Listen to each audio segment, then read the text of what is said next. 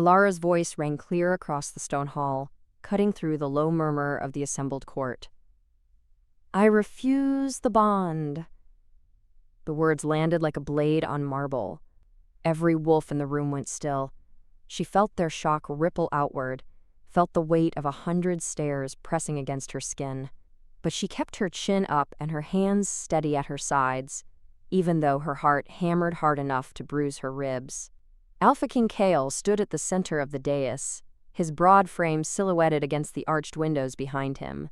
His jaw tightened. His eyes shifted.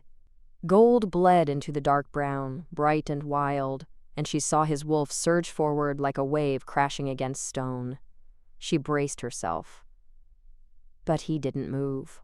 His chest rose and fell, slow and deliberate, his hands curled into fists at his sides, knuckles white. The air around him seemed to hum with restrained power, the kind that made lesser wolves drop their gaze and bare their throats. Alara didn't look away. She wouldn't. The silence stretched until it felt like the walls themselves were holding their breath. Then Kael's voice came, low and rough, barely more than a growl. "Everyone out." The court hesitated. His beta, a tall man with silver streaking his temples, opened his mouth to protest. Now. It wasn't a shout. It didn't need to be. The command rolled through the room like thunder, and the wolves obeyed. Chairs scraped, boots shuffled. Whispers hissed through the air as they filed toward the heavy oak doors, casting glances over their shoulders. Elara felt the urge to follow them, to slip into the crowd and disappear before he could stop her. But her feet stayed rooted to the floor. The doors closed with a hollow thud. And then it was just the two of them. Kael descended the dais steps slowly, his gaze locked on hers. She tracked every movement, every shift of muscle beneath the dark fabric of his shirt. He was careful, controlled, but she could see the tension coiled in his shoulders, the way his hands flexed at his sides like he didn't quite know what to do with them. He stopped 3 paces away. Too close. Her pulse spiked. Her wolf stirred uneasily beneath her skin, torn between the instinct to run and the pull of the bond she'd just rejected. She could feel it even now, that invisible thread stretching between them, humming with potential she refused to acknowledge. "Why?" His voice was quieter now, but no less intense. "Tell me why." Alara swallowed. She'd prepared for anger, for commands, for the kind of fury that came when an alpha was denied. She hadn't prepared for the raw confusion in his eyes. "Because I won't be owned," she said. Her voice came out steadier than she felt. "Not again." Something flickered across his face. Understanding, maybe, or recognition. He took a breath, and when he spoke again, his tone had softened just enough to catch her off guard. "I'm not asking you to be." She almost laughed. Almost.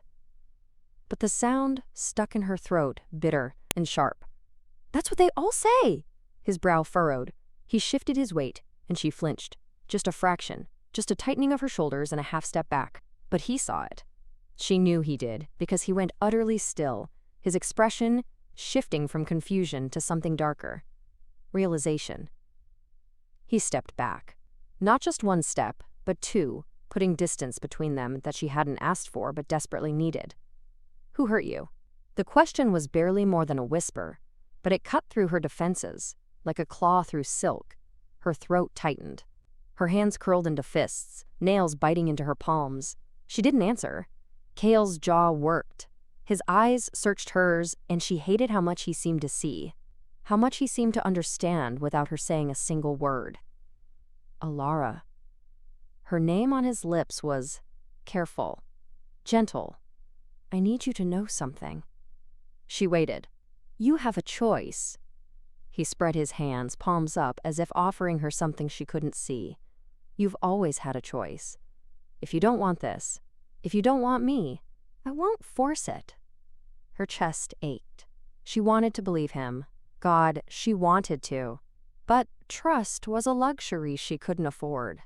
Not when the last time she'd given it, it had nearly destroyed her. "Then let me leave," she said. His face went blank. For a heartbeat, she thought he might refuse. might order her to stay, might let that alpha power roll over her until she had no choice but to obey. But he didn't.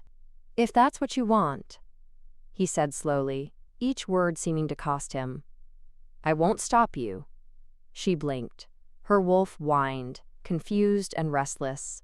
This wasn't how it was supposed to go. Alphas didn't let their mates walk away. They didn't offer choices. They took, didn't they? "But," Kael continued, and she tensed, "I'm asking you to stay. Just for tonight. Just let me prove to you that I mean what I say." "Why?" The question slipped out before she could stop it. "Why does it matter?" His eyes met hers, and the gold was still there, bright and burning, but softer now, almost sad. "Because you're my mate," he said simply, "and I'd rather have you here, free and whole, than bound to me and broken." The words hit her like a fist to the chest. She couldn't breathe, couldn't think, because no one had ever said anything like that to her before. No one had ever put her wholeness above their own wants. Kael waited. He didn't push, didn't step closer, just stood there, patient and still, giving her the space to decide. And for the first time since she'd walked into this hall, Alara felt the tight knot in her chest begin to loosen. Just a little. "One night," she heard herself say. His shoulders sagged, just slightly, as if he'd been holding his breath. Relief flickered across his face, quick and unguarded. "One night," he agreed. She nodded, not trusting herself to say anything else. Her hands were still shaking. Her heart was still racing. But something in the air between them had shifted just enough to let her breathe. Kael stepped back again, giving her even more room. His gaze lingered on her face for a moment longer, and she thought she saw something raw and uncertain there, something that didn't belong on the face of a king. Then he turned and walked toward the side door, his movements slow and deliberate, as if he was afraid any sudden motion might spook her. "I'll have a suite prepared for you," he said over his shoulder. "The east wing. It's quiet there, safe." She watched him go, her chest tight and her thoughts spinning. She'd come here expecting a fight, expecting to have to claw her way free. She hadn't expected this, hadn't expected him. As the door closed behind him, Alara stood alone in the empty hall, her reflection staring back at her from the polished floor. She wrapped her arms around herself, trying to hold together the pieces of her resolve that were already starting to crack. One night. She could survive one night, couldn't she? The suite was larger than any room Alara had lived in for the past 3 years. High ceilings, tall windows that let in silver moonlight, a bed piled with furs and linen that looked softer than anything she'd touched in. She didn't want to count the months. She stood in the doorway and tried not to feel trapped. A young woman with kind eyes and copper hair had led her here, murmuring something about fresh water and a meal if she wanted it. Alara had nodded, but hadn't heard most of it.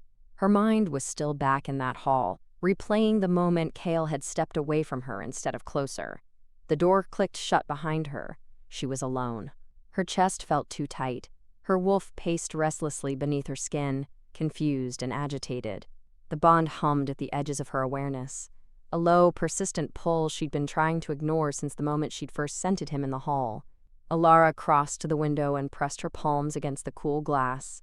She could still leave. She'd promised one night, but that didn't mean she had to stay past dawn. She could slip out before anyone noticed, disappear into the forest, keep running the way she'd been running for months. But something stopped her.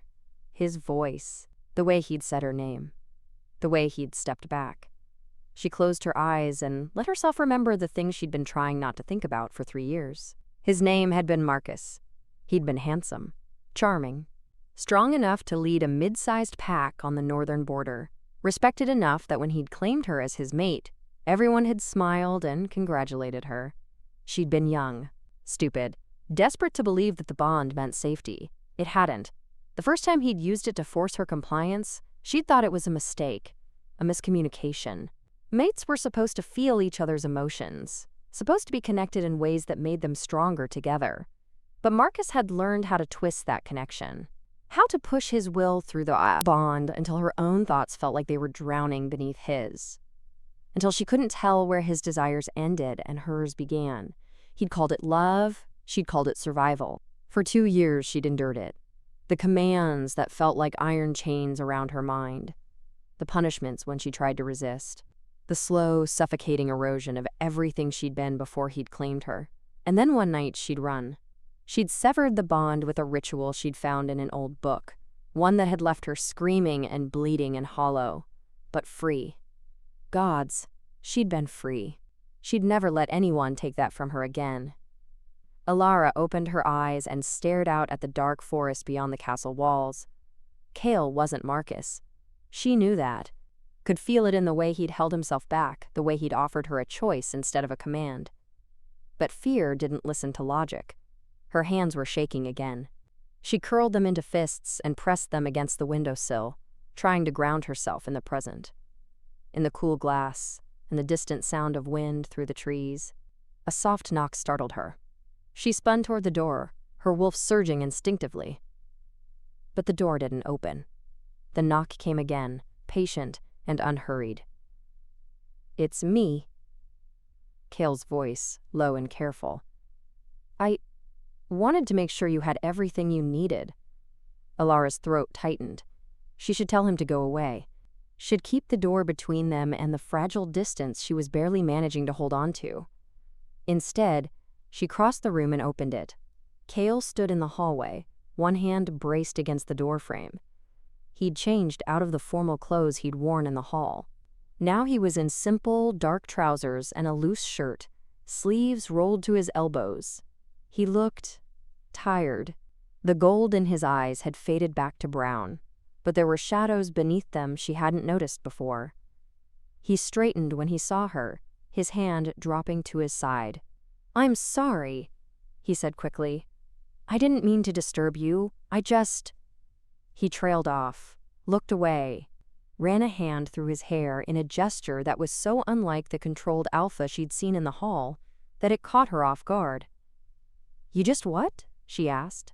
His gaze came back to hers, steady, uncertain.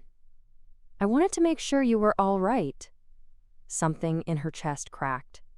Just a hairline fracture, but enough to let a sliver of warmth through. "I'm fine," she said. He nodded slowly, but she could see he didn't believe her, could see the way his gaze traced her face, lingering on the tension in her jaw, the tight set of her shoulders. "If you need anything," he gestured vaguely down the hall, "I'll be nearby." "Nearby?" His mouth twitched. Not quite a smile. "My chambers are 2 doors down, and I've stationed guards at both ends of the corridor. Not to keep you in," he added quickly, seeing her expression shift. "To keep others out. You're safe here, Alara. I promise you that." She wanted to ask why he cared so much. Why? He was going to such lengths for someone who'd just publicly humiliated him. But the answer was in his eyes, in the bond that hummed between them, patient and persistent. "Because you're my mate." She looked down at her hands, at the faint scars on her wrists that she usually kept hidden beneath long sleeves. "I had a mate before," she heard herself say.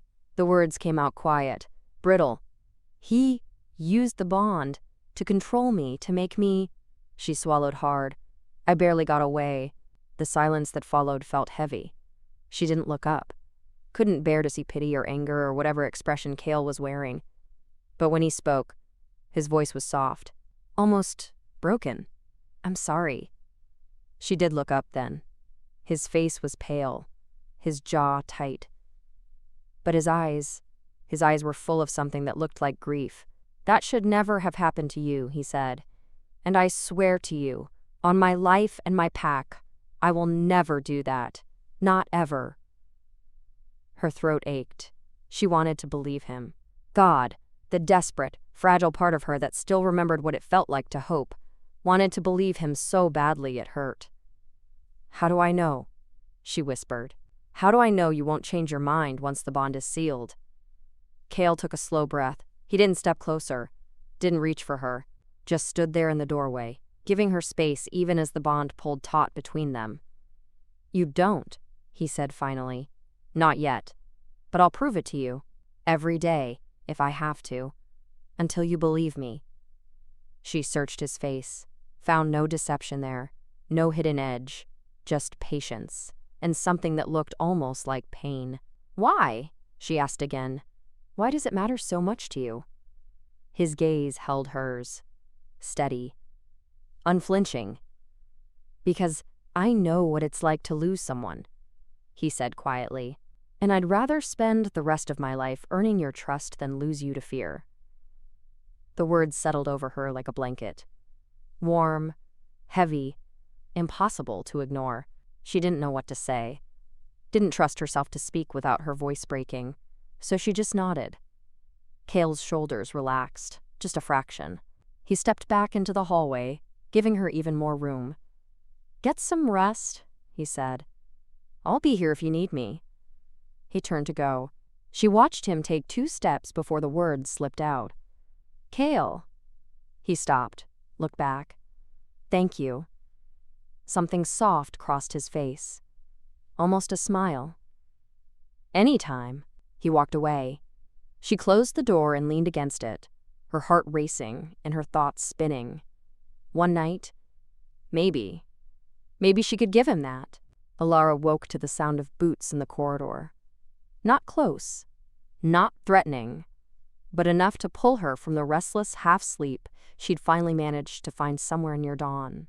She sat up, her wolf instantly alert. The suite was still dark, the sky outside the windows caught in that gray space between night and morning. She'd slept in her clothes, unable to let her guard down enough to undress. Her hand went to the small knife she kept tucked, and her boot.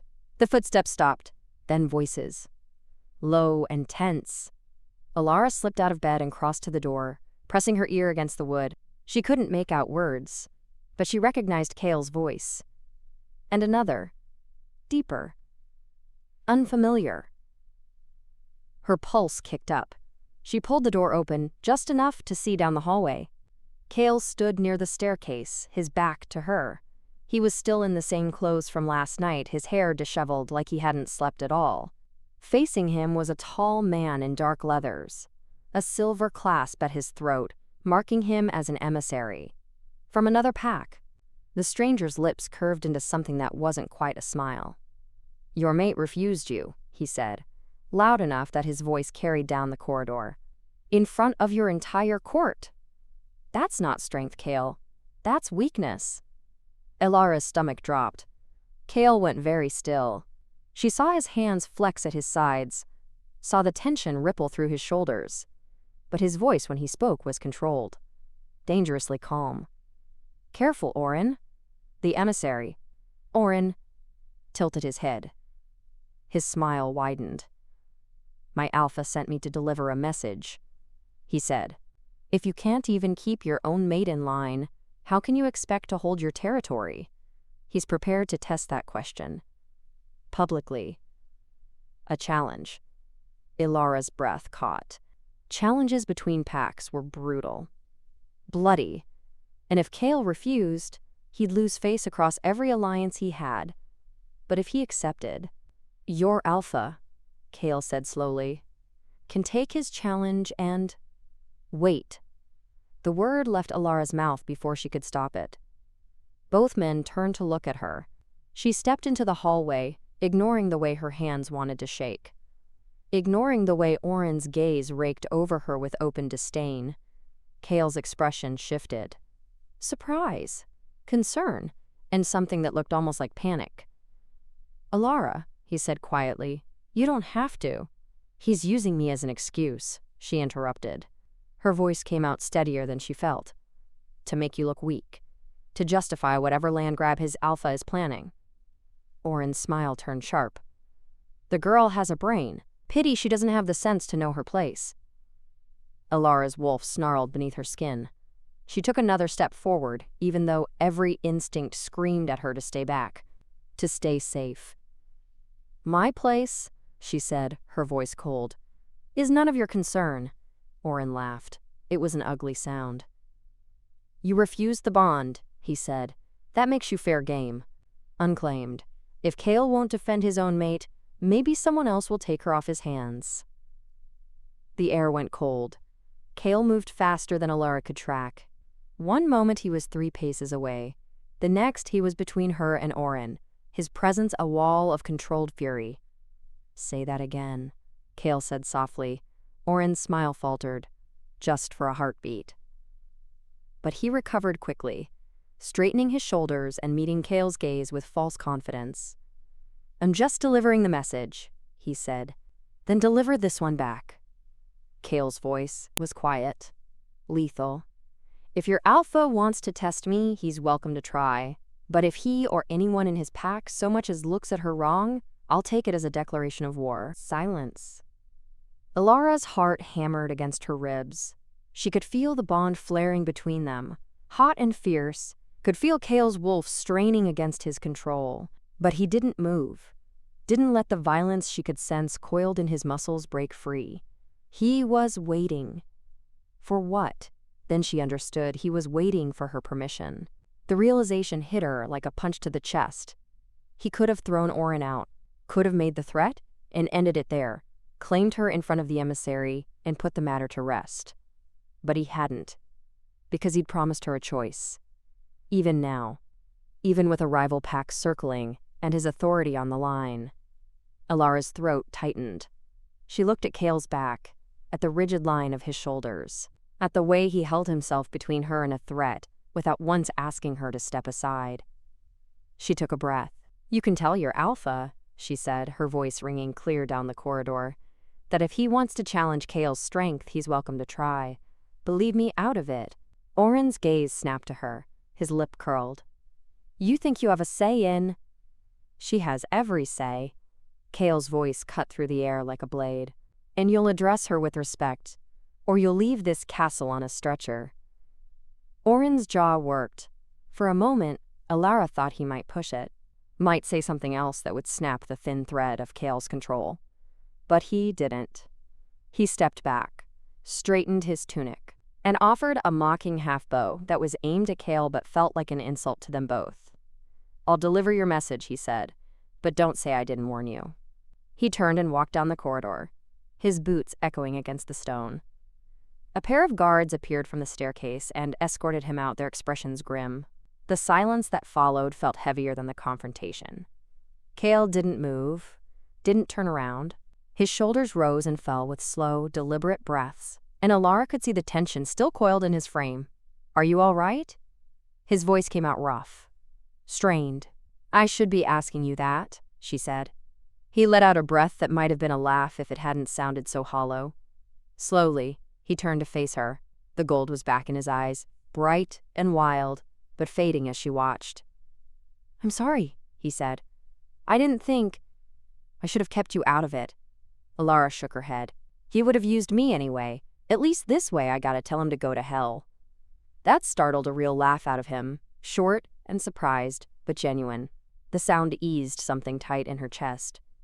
"You didn't have to step in," he said quietly. "I know." His gaze searched hers.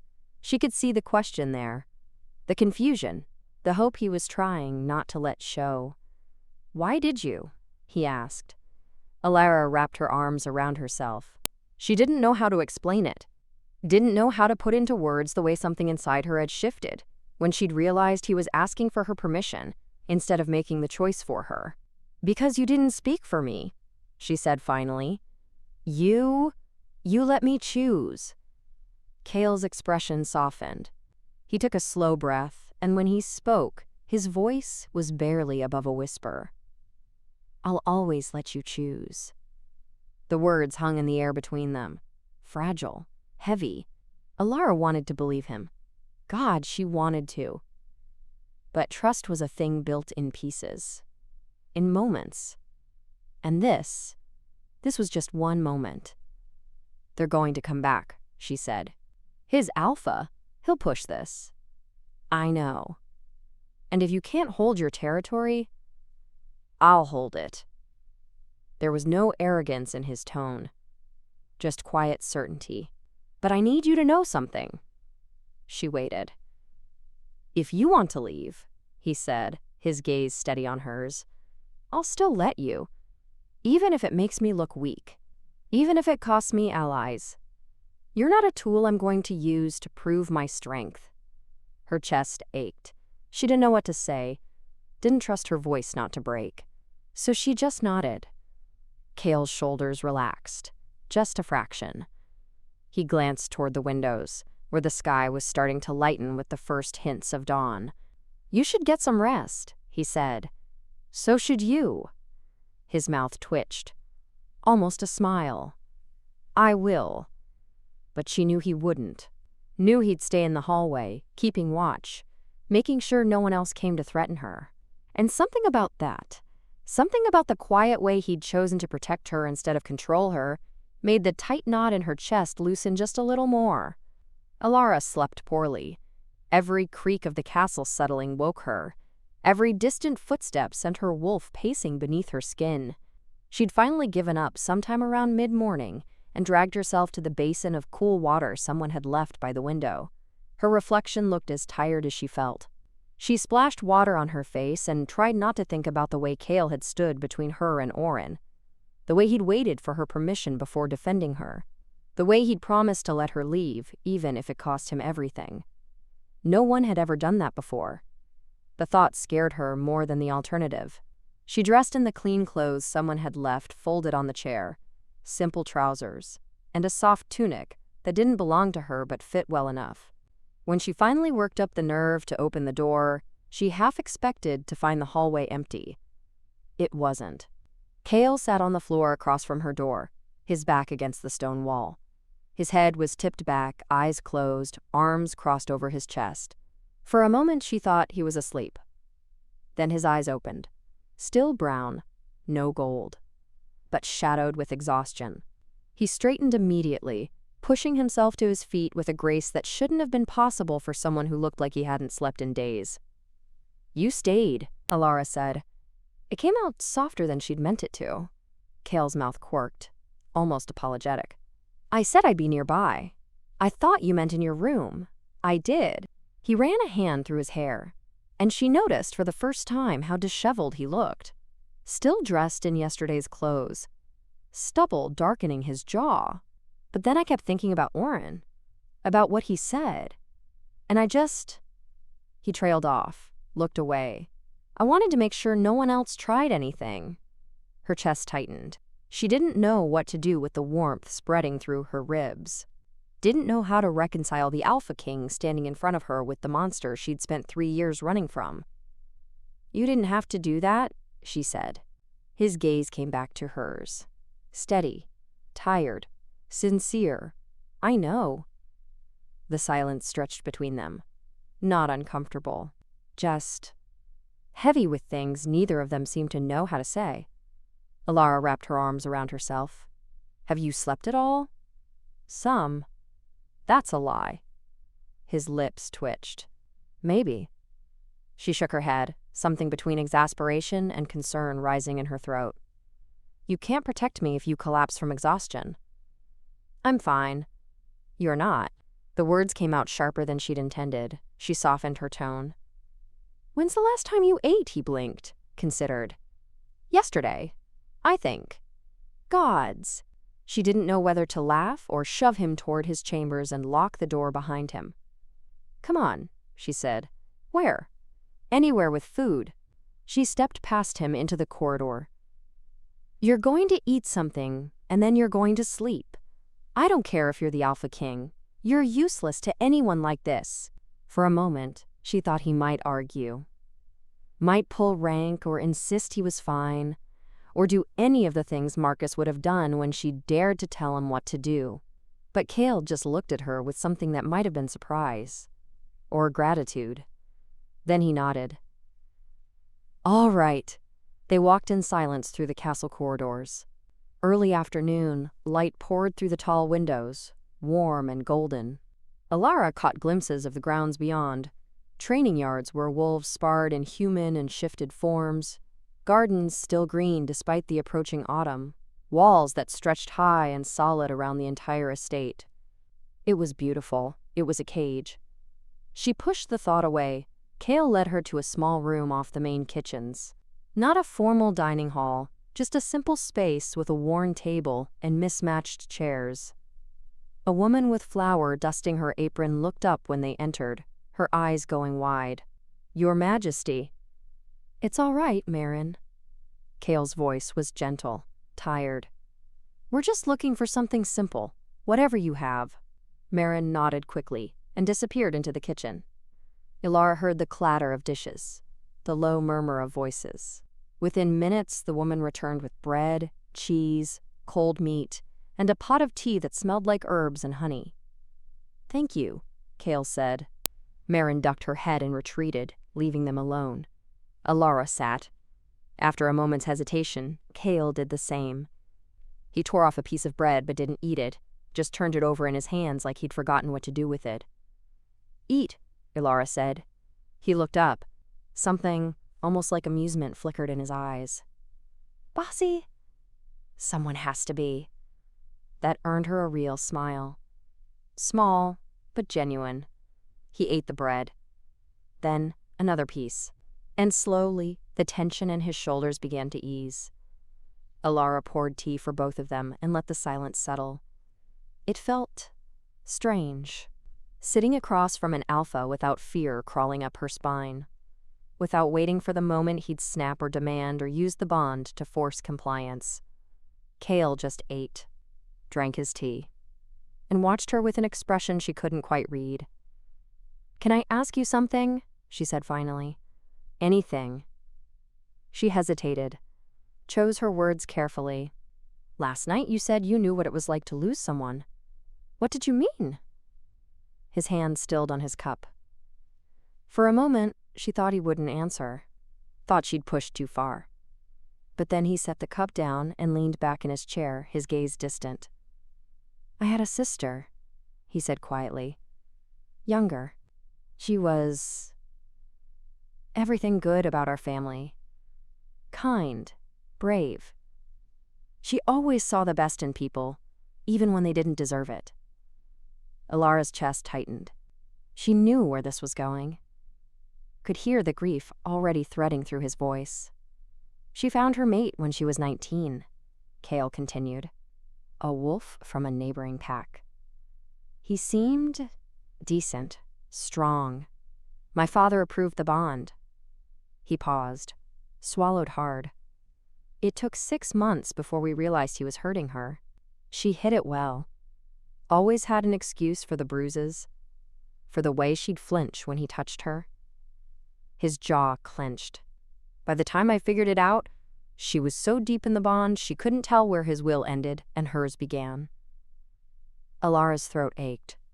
She knew that feeling, knew it too well.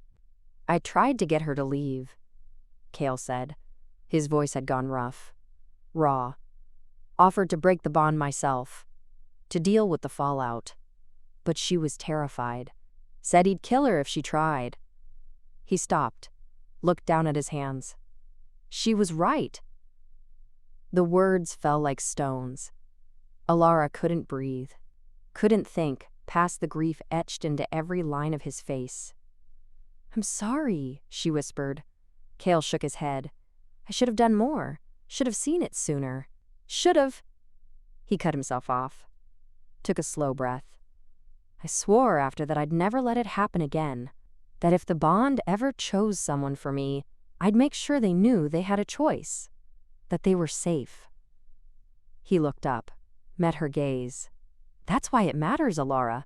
Because I've seen what happens when an alpha uses the bond as a weapon. And I won't. I can't be that." Her eyes burned. She blinked hard, trying to keep the tears from falling. "I believe you," she said.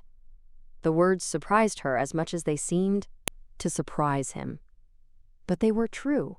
She could feel it in the way her wolf had stopped pacing. In the way the fear that had been her constant companion for 3 years had quieted to something manageable. Not gone, not yet, but softer. Kael's expression shifted. Relief. Hope. Something deeper that she wasn't ready to name. "Thank you," he said. She nodded. Didn't trust herself to say anything else. They finished the meal in quiet, and when Kael finally pushed his chair back and stood, Alara stood with him. "Get some sleep," she said. "I will." He hesitated. Will you still be here when I wake up?" The question was careful, uncertain, and it broke something open in her chest. "Yes," she said. "I'll be here." His shoulders sagged. Just slightly, like he'd been holding himself together by sheer will, and her answer had finally let him breathe. "Okay," he said softly. "Okay."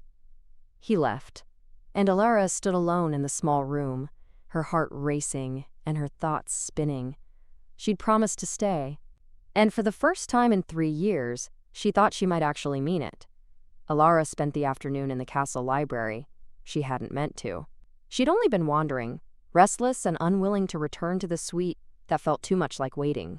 But then she'd found the tall oak doors propped open, sunlight spilling across rows of shelves that stretched toward vaulted ceilings, and something in her chest had eased.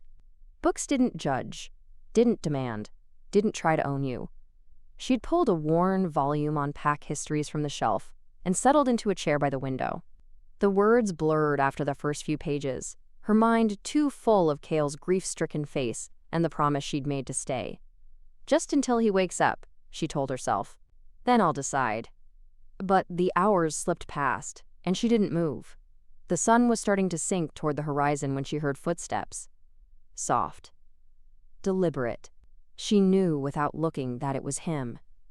Kael appeared in the doorway, his hair still damp like he'd finally bathed.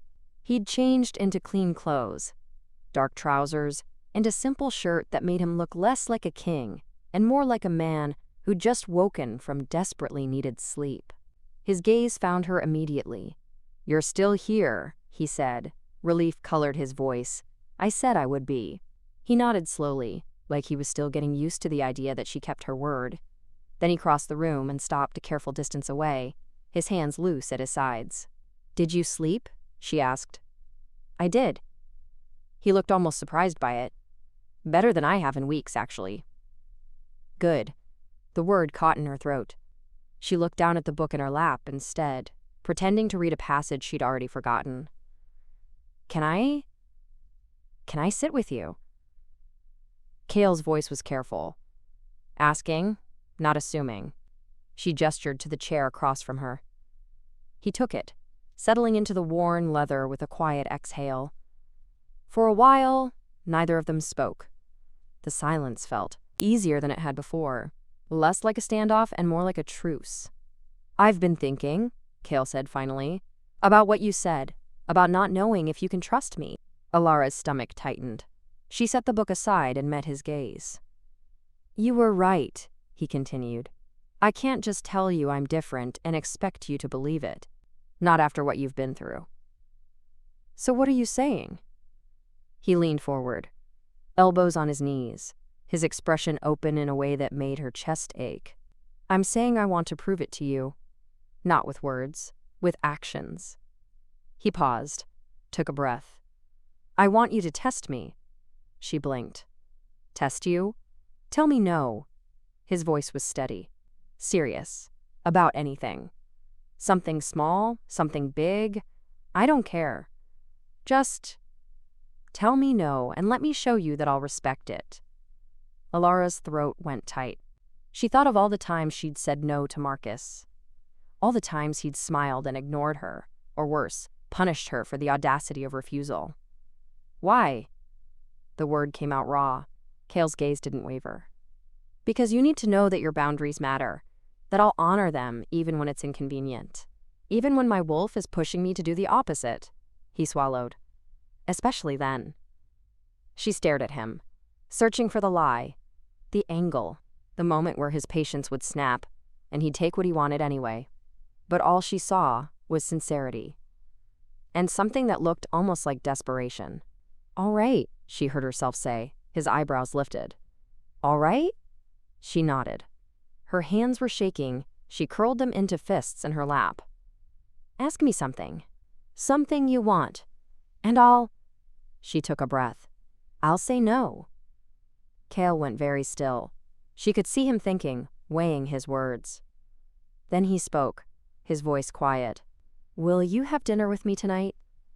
Just the two of us. No guards, no court, just us."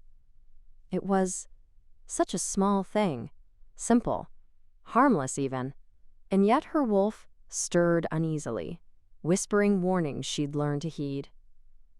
"No," Alara said. The word felt like a stone dropping into water. She braced herself for the anger, the coldness, the shift in his expression that would tell her she'd made a mistake. It didn't come. Kael just nodded, slowly, like he'd expected it. "Okay," he said. No edge, no frustration, just acceptance.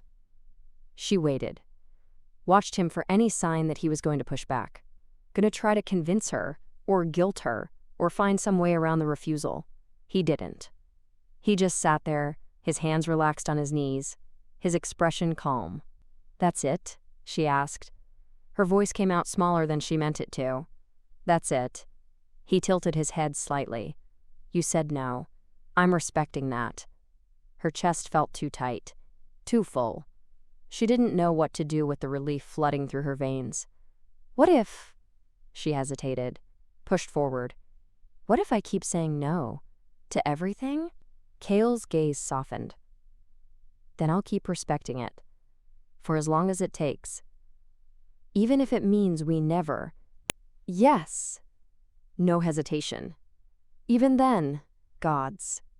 She couldn't breathe around the knot in her throat, couldn't process the fact that he meant it. That he wasn't angry or disappointed or calculating his next move. He was just waiting. "I don't understand you," she whispered. A sad smile touched his lips. "You don't have to. Not yet." She looked away.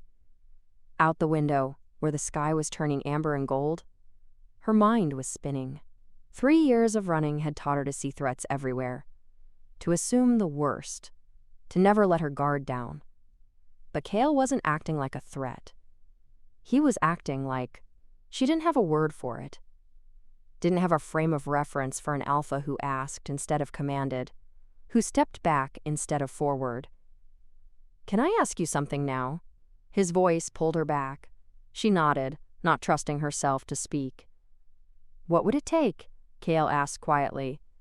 "For you to feel safe here. With me. What would I have to do?" Alara's hands unclenched slowly. She thought about it. Really thought about it. "I don't know," she admitted. "I've spent so long being afraid. I'm not sure I remember what safe feels like." His expression flickered. "Pain, maybe. Or understanding. Then we'll figure it out together," he said. "One day at a time, one boundary at a time." She wanted to believe him. Wanted to let herself hope that this, whatever this was, could be different. But hope was dangerous. Hope got you hurt. What if I can never accept the bond? The question slipped out before she could stop it. What if I stay here and I still can't? "Then you stay here," Kael said simply, "without the bond. As my guest. As my friend, if you'll allow it. But not as my captive." Her eyes burned. She blinked hard, refusing to let the tears fall. "You'd really do that?" she whispered. "You'd let me stay without claiming me? I'd rather have you free and near me than bound and broken." His voice was rough, honest. "I told you that before. I meant it." The tears spilled over despite her best efforts. She wiped at them quickly, angry at herself for the show of weakness. But Kael didn't look smug or satisfied. He just looked sad and gentle. "I'm sorry," she managed. I don't. Usually—" "You don't have to apologize." He shifted like he wanted to reach for her, then stopped himself. Kept his hands where they were, kept his distance. "You're allowed to feel whatever you're feeling." She nodded, took a shaky breath, let herself sit with the vulnerability for a moment before shoving it back down where it belonged. When she finally looked up again, Kael was still watching her, patient, steady. "Thank you," she said quietly, for this, for letting me say no. Any time." He meant it. She could hear it in his voice. "As many times as you need." The silence that followed felt different. Softer. Like something between them had shifted again. Another small brick added to a foundation she hadn't realized they were building. "I should go," Kael said after a moment. "Let you have some space." She didn't argue, didn't ask him to stay, but as he stood and moved toward the door, something made her speak. "Kael," he stopped, turned back. "Ask me again," she said, "about dinner, tomorrow, or the next day. Just ask me again." His face transformed. Hope, raw and unguarded, breaking through the careful control. "I will," he promised. And then he was gone, leaving her alone in the fading light, with a heart that felt just a little less heavy than before. The attack came 3 nights later. Elara had been walking back from the library, a book tucked under her arm, and her thoughts still tangled around the quiet conversation she'd shared with Kael that afternoon. He'd asked her to dinner again. She'd said, maybe, progress, he'd called it, with that small, hopeful smile that made her chest ache. She hadn't heard the footsteps behind her until it was too late. A hand clamped over her mouth. Another locked around her waist, yanking her backward into the shadows of an alcove. Her wolf surged instantly, fangs flashing as she bit down hard on the palm pressed to her lips. The man swore and released her mouth long enough for her to scream. The sound tore through the corridor, sharp and desperate. She clawed at the arms restraining her, felt fabric tear and skin split beneath her nails. 2 more figures emerged from the darkness, their faces hidden behind dark cloths. Rival pack. She could smell it on them. The foreign musk, the hostile intent. One of them grabbed her hair and wrenched her head back. Pain exploded across her scalp. She kicked out blindly, felt her heel connect with something solid. A grunt. A stumble. Not enough. They were dragging her toward the servants' entrance, toward the narrow staircase that led down to the outer walls, toward escape. Terror clawed up her throat. She fought harder, twisting and thrashing, her wolf howling beneath her skin. But there were too many hands, too much strength. Then the air changed. A low growl rolled through the corridor like thunder. Deep, feral, absolutely lethal. The hands holding her went slack. Elara stumbled forward and spun around, just in time to see Kael step into the hallway. His eyes were pure, molten gold. His canines had lengthened, pressing against his lower lip. The air around him seemed to shimmer with barely contained violence. He looked at her first.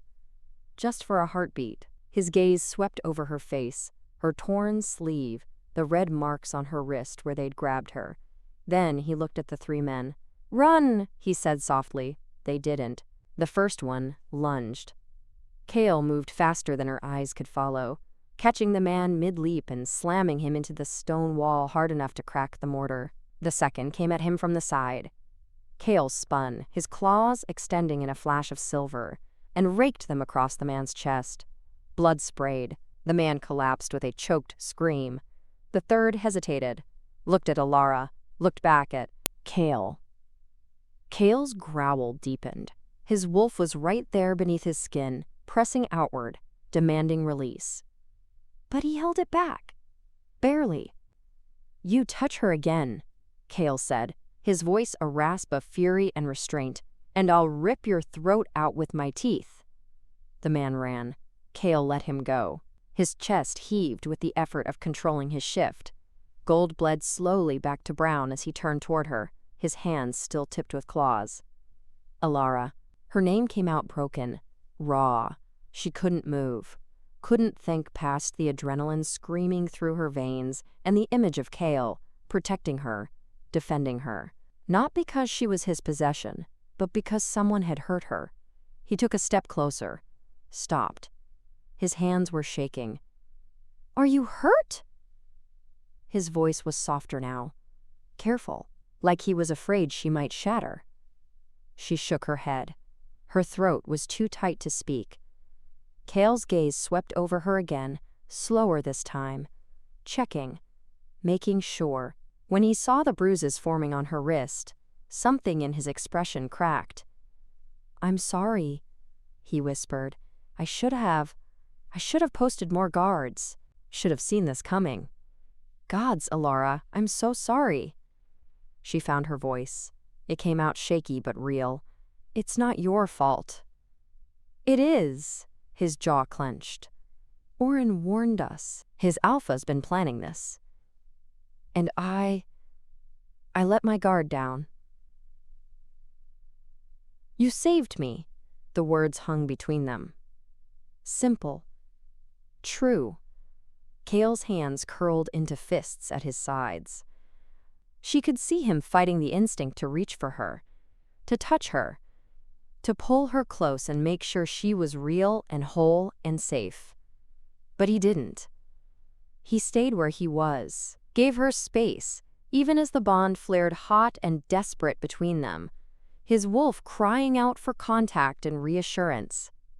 Elara's chest ached. She looked at his hands, still trembling, still stained with the blood of the men who tried to take her, looked at his face, pale and tight, with fear he wasn't bothering to hide. She took a step toward him, his breath caught. Another step, close enough now that she could feel the heat radiating off his skin, could see the gold still flickering at the edges of his irises. "Alara?" His voice was a warning, a plea. "You don't have to." She reached out, slowly, carefully, and pressed her palm flat against his chest. His heart was racing. She could feel it hammering beneath her hand, wild and frantic. "You kept your promise," she whispered. "You didn't force me. You didn't use the bond. You protected me." Kael's eyes closed. His whole body shuddered. "I'll always protect you," he said. "Bond or no bond, choice or no choice, I'll always—" He trailed off, opened his eyes and looked at her with an expression so raw it made her knees weak. The bond hummed between them. Not a demand, not a chain, just a presence, a connection that whispered of safety and understanding, and something deeper she wasn't ready to name. But for the first time since she'd fled Marcus 3 years ago, she didn't want to run from it. "Kael," her voice came out steadier than she felt. She stopped, swallowed hard, tried again. "I want to accept the bond." The silence that followed felt endless. Kael stared at her like he'd misheard, like he couldn't quite believe what she'd said. "You... what?" "I want to accept it." Her hand was still pressed against his chest. She could feel his heart stutter beneath her palm. "Not because I have to, not because you're forcing me, but because I choose to." His breath left him in a rush. "Alara, you don't have to do this because of what just happened. You don't owe me." "I know."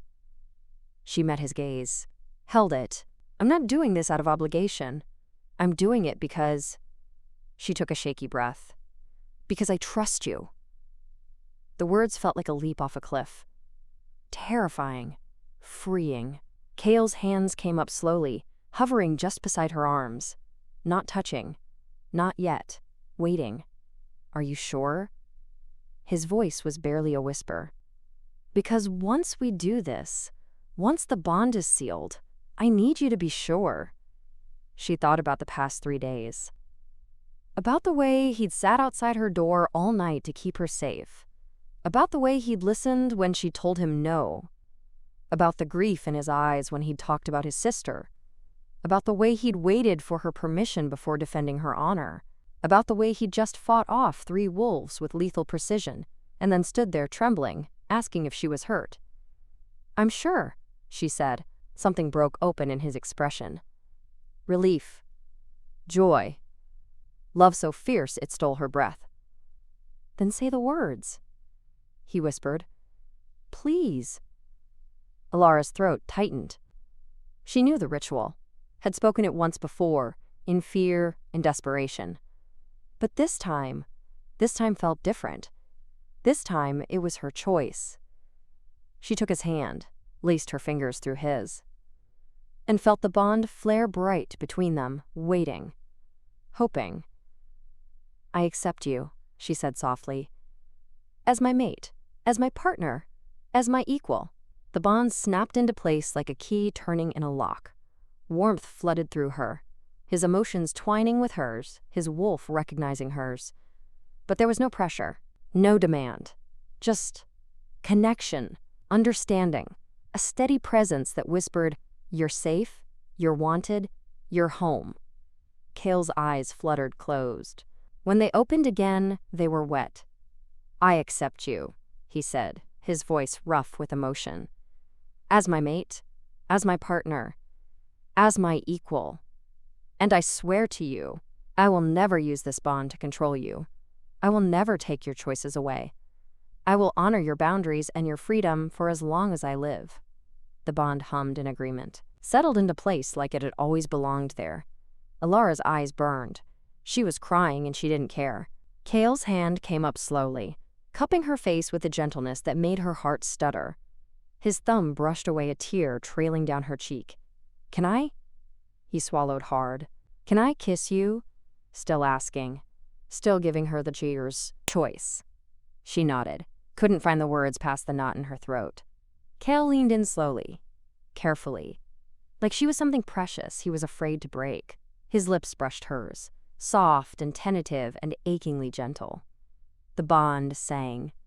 Alara kissed him back, pouring 3 years of fear and loneliness and desperate hope into the contact. His arms came around her carefully, holding her close but not tight, always leaving room for her to pull away if she wanted. She didn't want to. When they finally broke apart, both breathing hard, Kael rested his forehead against hers. "Thank you," he whispered, "for trusting me, for choosing me. Thank you for letting me choose." They stood there in the dim corridor, wrapped around each other, the bond humming contentedly between them. Outside, guards were shouting, running, searching for the intruder who'd gotten away.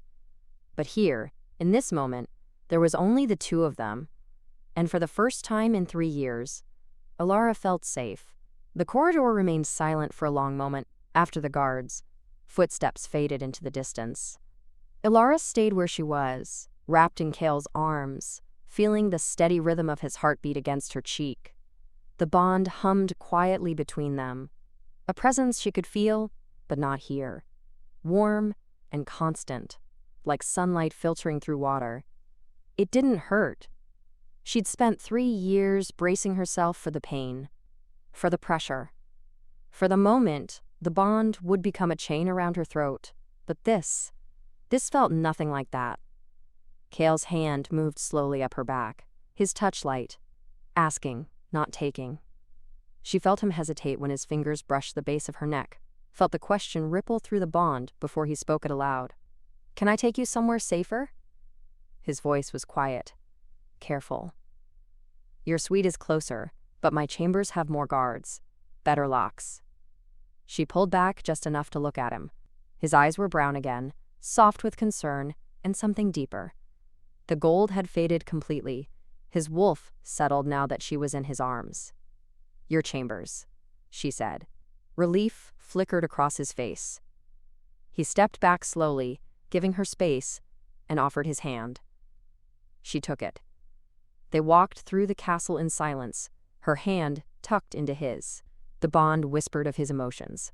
Worry, protectiveness, a fierce tenderness that made her chest ache. But there was no demand, no pull, just awareness.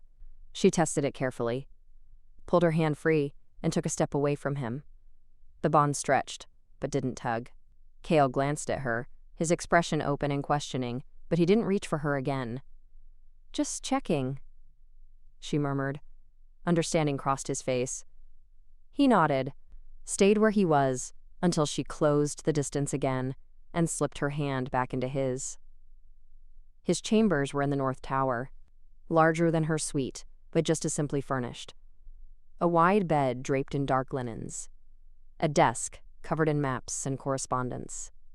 Tall windows overlooking the forest beyond the castle walls. 2 guards stood outside the door. They straightened when Kael approached, their gazes flicking briefly to Alara before returning to attention. "No one enters," Kael said quietly. "Not unless I call for them." Both guards nodded. Kael led her inside and closed the door behind them. The lock clicked into place, solid and reassuring. Alara stood in the center of the room, suddenly unsure. The adrenaline from the attack was starting to fade, leaving exhaustion and a trembling she couldn't quite suppress. Kael noticed. Of course he did. "Sit," he said gently, gesturing toward the chair by the fireplace. "I'll get you some water." She sat, watched him move to the side table and pour from a crystal pitcher. His hands were steady now, the blood washed away, but she could still see the tension in his shoulders. He brought her the glass and crouched in front of her chair, his gaze level with hers. "How are you feeling?" he asked. Alara took a sip of water, let herself think about the question instead of deflecting. "Shaken," she admitted. "But, okay, better than I thought I'd be." His jaw tightened. "I should have seen it coming. Should have anticipated they'd try something this bold. You can't predict everything." "I'm supposed to." His voice was rough. "I'm supposed to keep you safe." She set the glass down and reached for his hand. His fingers curled around hers immediately, his grip gentle but firm. "You did keep me safe," she said. "You came when I called. You stopped them." "Barely. Kael." She waited until he looked at her. "You didn't fail me." The bond pulsed softly. She felt his guilt, his fear, his desperate need to believe her. But underneath it all was something else. Gratitude. Relief. He brought her hand to his lips and pressed a soft kiss to her knuckles. The gesture was so tender it made her throat tighten. "I need to know you're all right," he said quietly. "The bond. I can feel that you're here, that you're close, but I need to see it. Can I?" He trailed off, his gaze dropping to the torn sleeve of her dress where bruises were already darkening her forearm.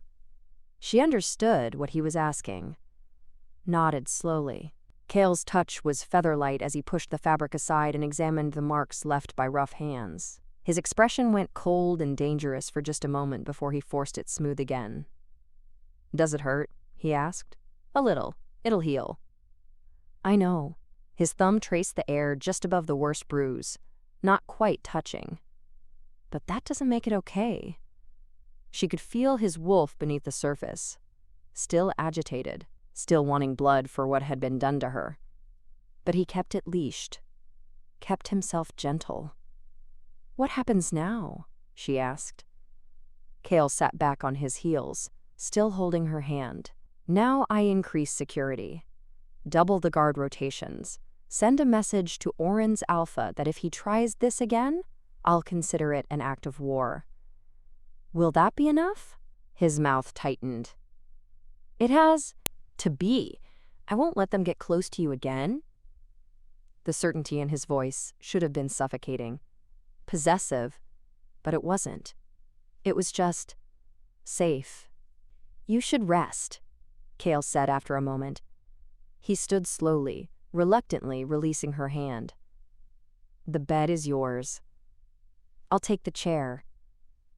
Alara blinked, looked at the massive bed across the room, then back at him. "This is your room, and you're my mate." His voice was soft, absolute. "Which means you get the bed."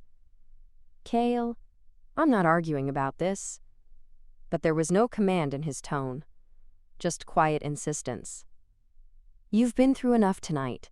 Let me do this one thing." She should have argued. Should have insisted on going back to her own suite, or at least sharing the space fairly. But exhaustion was pulling at her bones, and the bond whispered that he meant it, that he'd stand watch all night if it made her feel safe. "Okay," she said quietly. Relief flickered across his face. He moved to the wardrobe and pulled out a soft shirt, handing it to her. "You can change if you want. I'll turn around." He did, gave her privacy without her having to ask. Elara changed quickly, grateful to be out of the torn dress. Kael's shirt hung loose on her frame. the fabric smelling of cedar, and something distinctly him.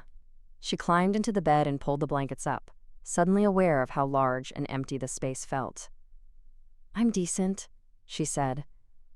Kael turned back. His gaze went immediately to her, and something in his expression softened, warmed. "You look—" He stopped, cleared his throat.